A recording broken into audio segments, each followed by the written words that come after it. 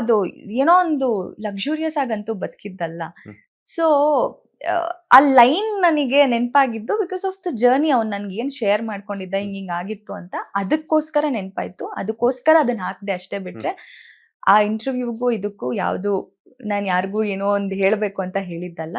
ಅದ್ರ ಜೊತೆಗೆ ನಾನು ಅವನಿಗೆ ತುಂಬಾ ಸಲ ಹೇಳ್ತಿದ್ದೆ, ಶೋ ಮುಗಿಸ್ಕೊಂಡು ಹೋದ್ಮೇಲೆ ತುಂಬಾ ಡೈರೆಕ್ಷನ್ ಮೇಲೆ ಕಾನ್ಸಂಟ್ರೇಟ್ ಮಾಡು, ಯಾಕಂದ್ರೆ ಅವ್ನು ತುಂಬಾ ಟ್ಯಾಲೆಂಟೆಡ್ ಇದ್ದಾನೆ ಆ ವಿಷಯದಲ್ಲಿ. ನಾನು ಅಬ್ಸರ್ವ್ ಮಾಡಿದೆ, ಅದನ್ನು ಹಾಕಿದ್ದೀನಿ. ನೀನು ಆದಷ್ಟು ಬೇಗ ಆಕ್ಷನ್ ಕಟ್ ಹೇಳೋ ಹಾಗಾಗ್ಲಿ ಅಂತ ಅಷ್ಟೇ. ಅಂದ್ರೆ ನನ್ ಮನ್ಸಲ್ಲಿ ಏನಿತ್ತು ಅದನ್ನ ಹಾಕ್ದೆ ಬಿಟ್ರೆ ಯಾರಿಗೋ ಏನೋ ಆನ್ಸರ್ ಮಾಡ್ಬೇಕು ಅನ್ನೋದು ನನ್ನ ತಲೆಯಲ್ಲಿ ಇರ್ಲಿಲ್ಲ.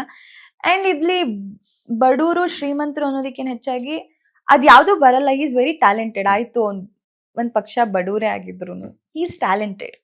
ಒಂದ್ ಪಕ್ಷ ಶ್ರೀಮಂತನೇ ಆಗಿದ್ರು, ಒಂದ್ ಟ್ಯಾಲೆಂಟ್ ಇಂದಾನೇ ಅವ್ನ್ ಗೆದ್ದಿತ್ತು. ಸೊ ಐ ಥಿಂಕ್ ಅದನ್ನ ಜಾಸ್ತಿ ಹೈಲೈಟ್ ಮಾಡೋದು ಬೇಡ. ನಾನು ಆ ಕ್ಯಾಪ್ಷನ್ ಹಾಕಿದ ಕಾರಣ ಅವ್ನ್ ಜರ್ನಿನ ನಾನು ಕೇಳಿದಾಗ ನನಗೇನ್ ತಲೆಗೆ ಬಂತು ಅದನ್ನ ಹಾಕಿದ್ದೀನಿ ಅಷ್ಟೇ.